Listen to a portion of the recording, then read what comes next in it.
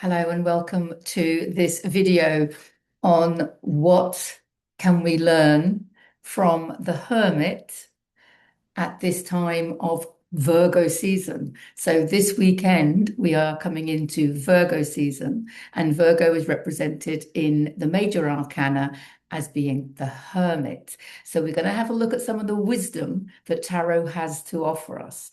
And it's not just the Hermit card. I mean, he's the main Virgo card, but personally, I can see a lot of Virgo in the Queen of Pentacles. Of course, Pentacles is the element of earth.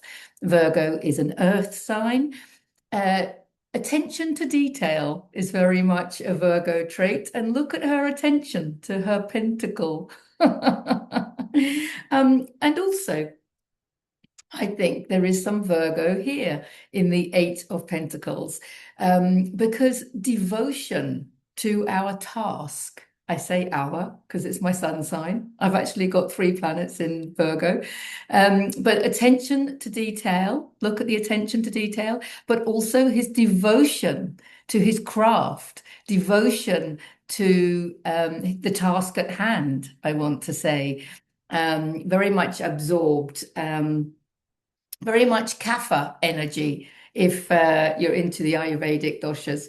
Anyway, let's have a look at the qualities of Virgo. I made some notes so that I don't miss anything out. So the first one is discernment of what needs refining.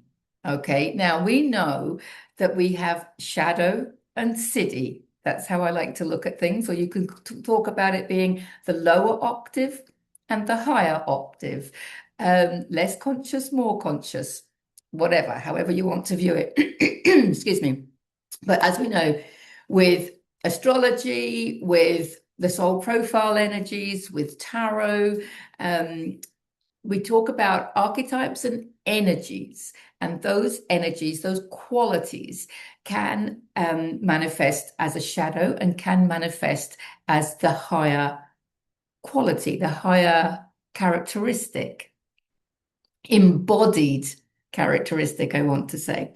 So attention to detail means that it's a time to maybe correct things, refine things, but we need to use our discernment because, of course, we don't want to be too nitpicky. The shadow would be nitpicking, and it would be a little bit OCD, I think.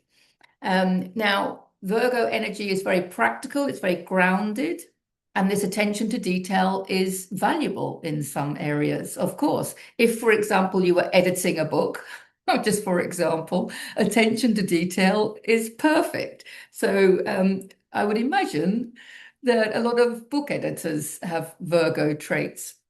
They're very organized, and as we know, Virgo's very in service to other people. Now, if you're organizing, if you don't have a conscious channel in your life with something to organize, I have seen this happen. You could end up organizing people that don't want to be organized. And if you have a family, if you have children, that's great. Children usually need to be organized. Older children, not so much. And adults, So really it's about organizing things that people need to have organized. I think that's an important one. And service to others. Yeah, that's a big one, isn't it? Because are we wading in trying to fix other people? Are you wading in you're trying to help, but sometimes what people can hear, especially with, I would say, grown-up children, offering advice all the time, trying to help them, it can be received as I'm not good enough as I am. I think that's a really important point. But not just with grown-up children, with anyone. If you keep trying to improve somebody or trying to fix somebody outside of you, it can just be seen as critical, can't it? This is why Virgos often have that, the shadow of being critical. I'm sure that criticism goes to themselves as well. Again, shadow. Okay, so it's good, this refinement, attention to detail, and service to others. It's all good as long as it's coming from the heart, not from a place of OCD or a place of criticism. Um, and do we need to help that person? Have they asked for help? I think this is a big one to embody the siddhi of these energies is to be there in service to others. There are plenty of people that are asking for help. So I would focus your energy there rather than trying to fix what isn't asking to be fixed. And the other thing I want to say about that is when we try and help other people from and try and alleviate them from their suffering, whatever that might be, we've got to be careful that we're not enabling them, that we're not doing something that they need to be doing for themselves, because very often our suffering, well, we understand, don't we, about suffering? It's our springboard to enlightenment. Our suffering is our opportunity for growth. I always think this, especially about the fives in tarot. You know, it's adversity, it's struggle, it's challenges, but I see them more as opportunities for growth. If you're if you're, in a Virgo energy, trying to help other people, you could be taking away their learning experience. And I think that's a really important point and really relevant at the moment, that we can observe with compassion and with love. We can let someone know that we are there for them, hold space for them. There's lots of things that we can do. We can support them by listening and letting them get things off their chest. But unless they actually ask, we don't want to take away their learning experience, do we? I think that's one of the big differences between operating in the shadow of the Virgo qualities and operating in the siddhi of the Virgo qualities. Virgo is also very connected to health, diet, well-being, and routines. You see, normally the daily routines. One of the things that the the hermit can teach us about those daily routines are those routines coming from OCD. There's your shadow side again. A lot of our routines can be coming from OCD, not wanting to, trying to control the situation. Maybe some of those routines we can turn into sacred rituals. I think if they're sacred rituals, there is that energy of devotion, which I've already talked about, that devotion to self and devotion to others, and just devotion to the divine.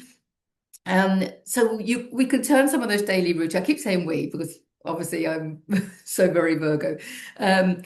But we could change some of those routines into sacred rituals, and that will combine it with the devotion as well, and that will keep it in a higher octave.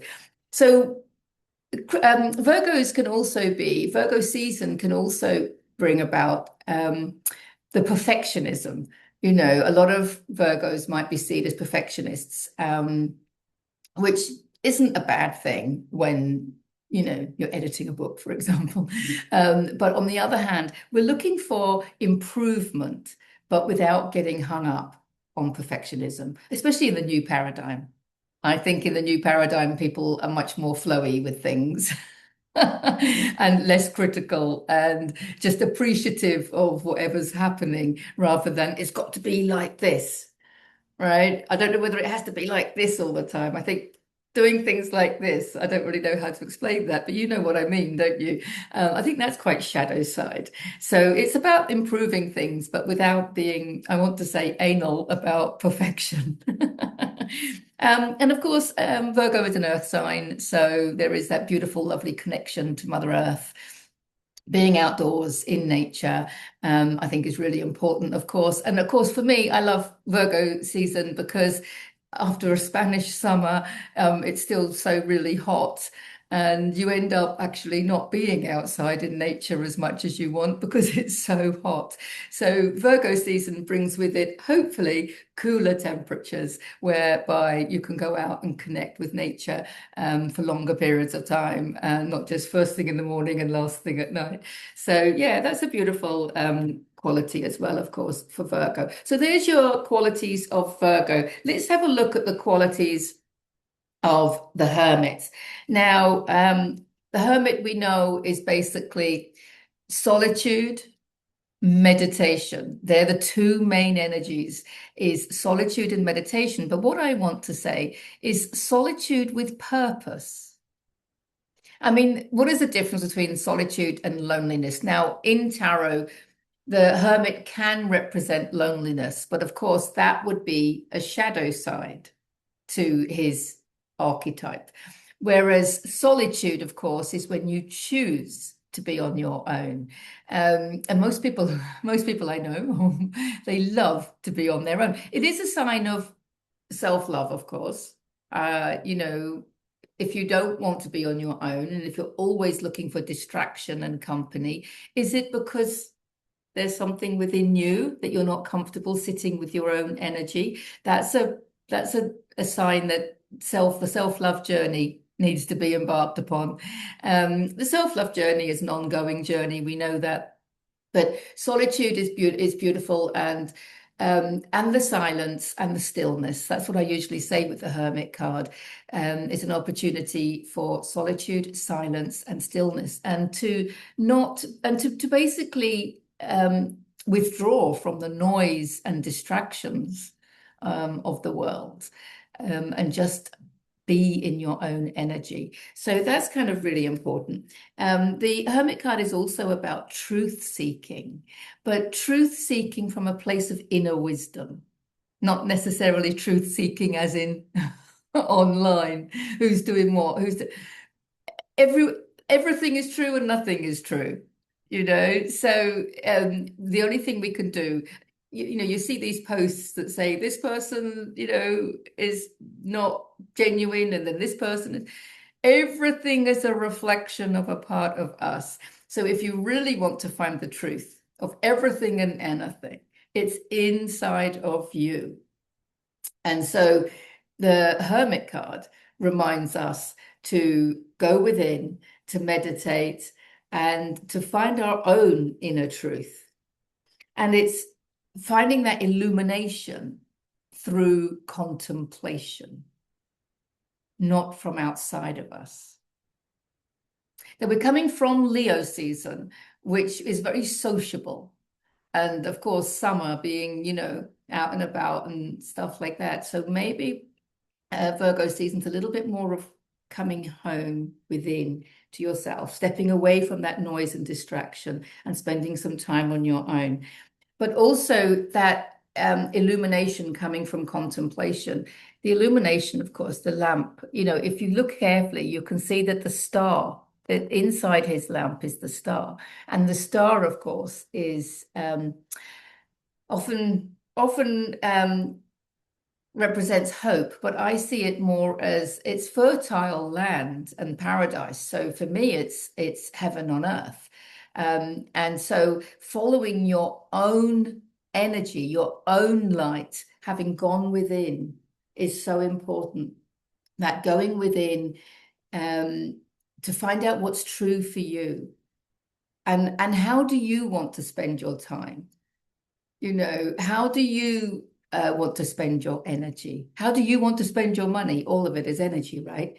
Following that within you. And it's really about not letting outside influences contradict what's inside. So I think that's a really important point. So let's put it all together. What is the advice then? Because we have got the Queen of Pentacles as well. She is focusing on her abundance, her pentacle, her earth. It's an earth. So she's focusing on Mother Nature. She's also, she has embodied the qualities, the Siddhi.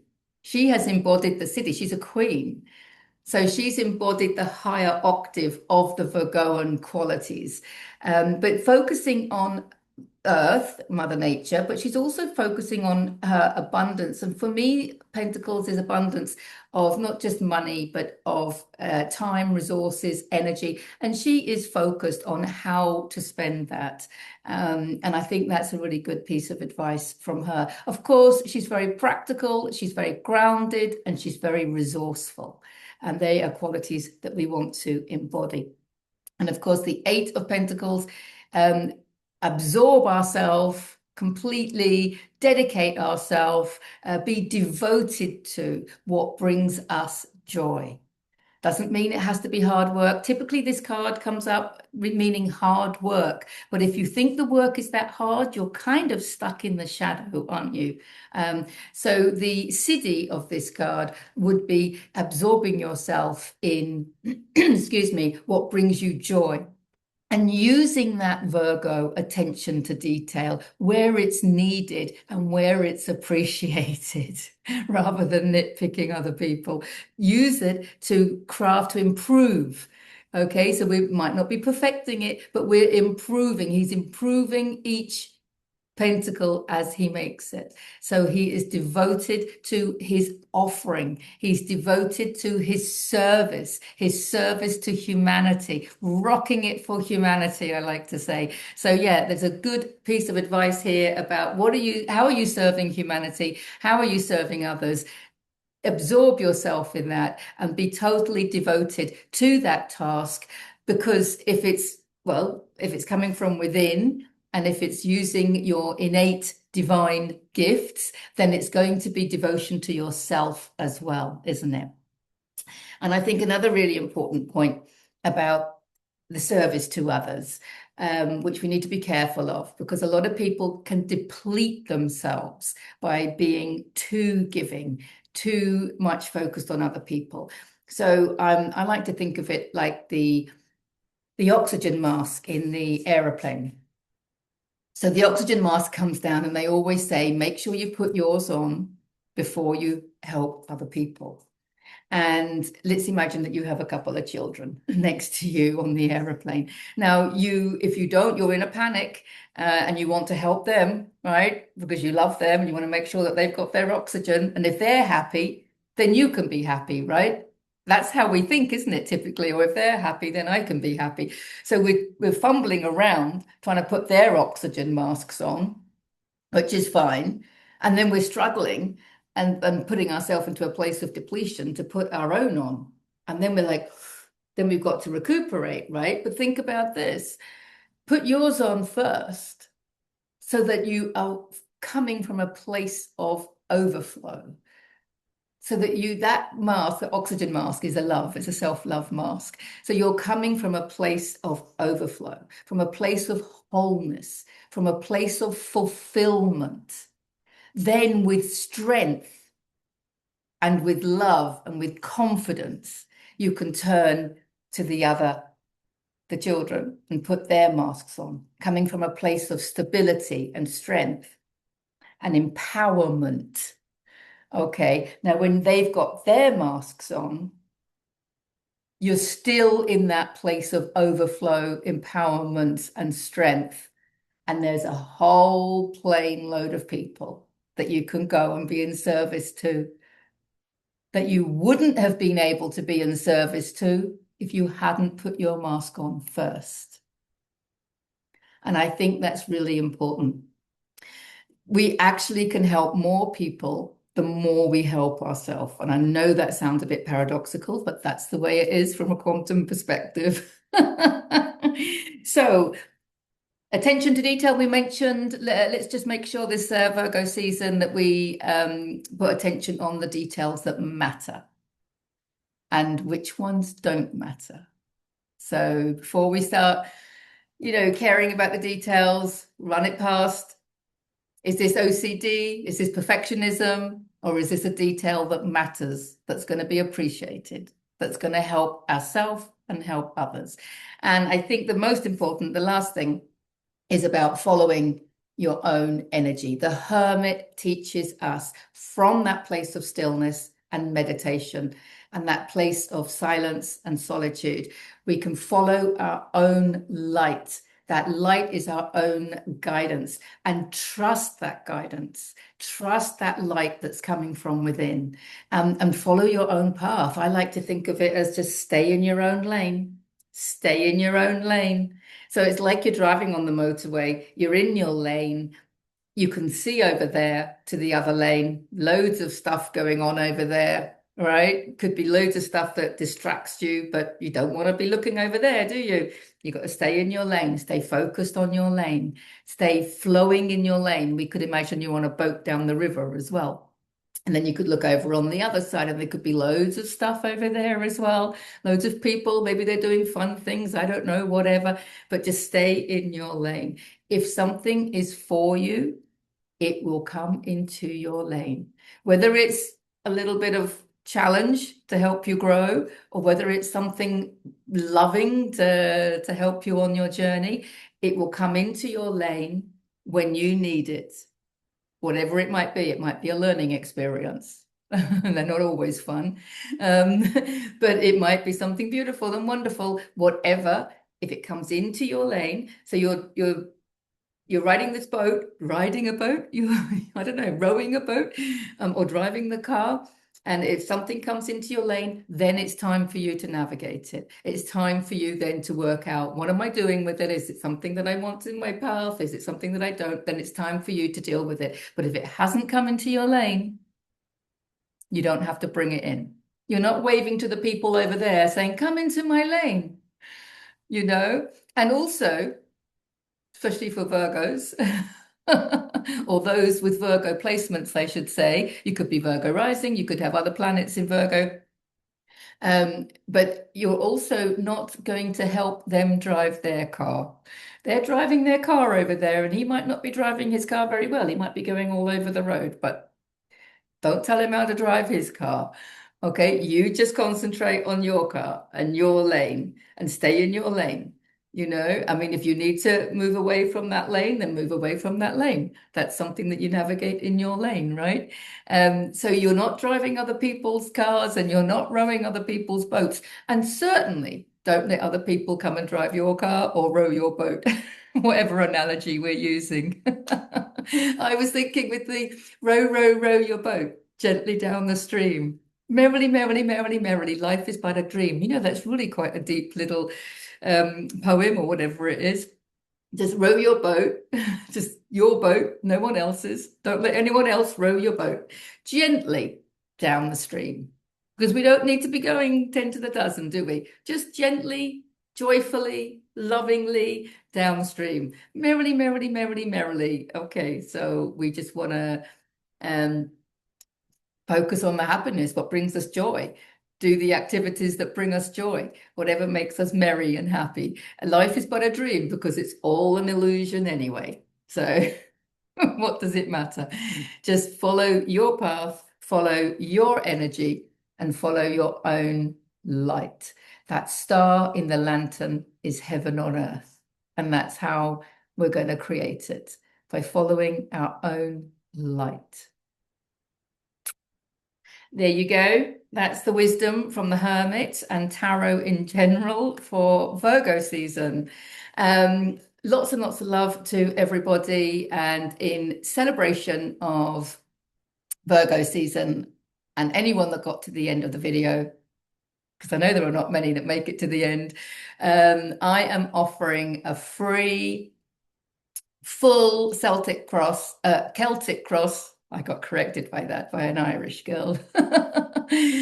Celtic cross reading, a free one to someone that I'm going to pick at random that comments on this video. So if you've got to the end of the video, comment below for your opportunity to win a free on Zoom full Celtic cross tarot reading with moi.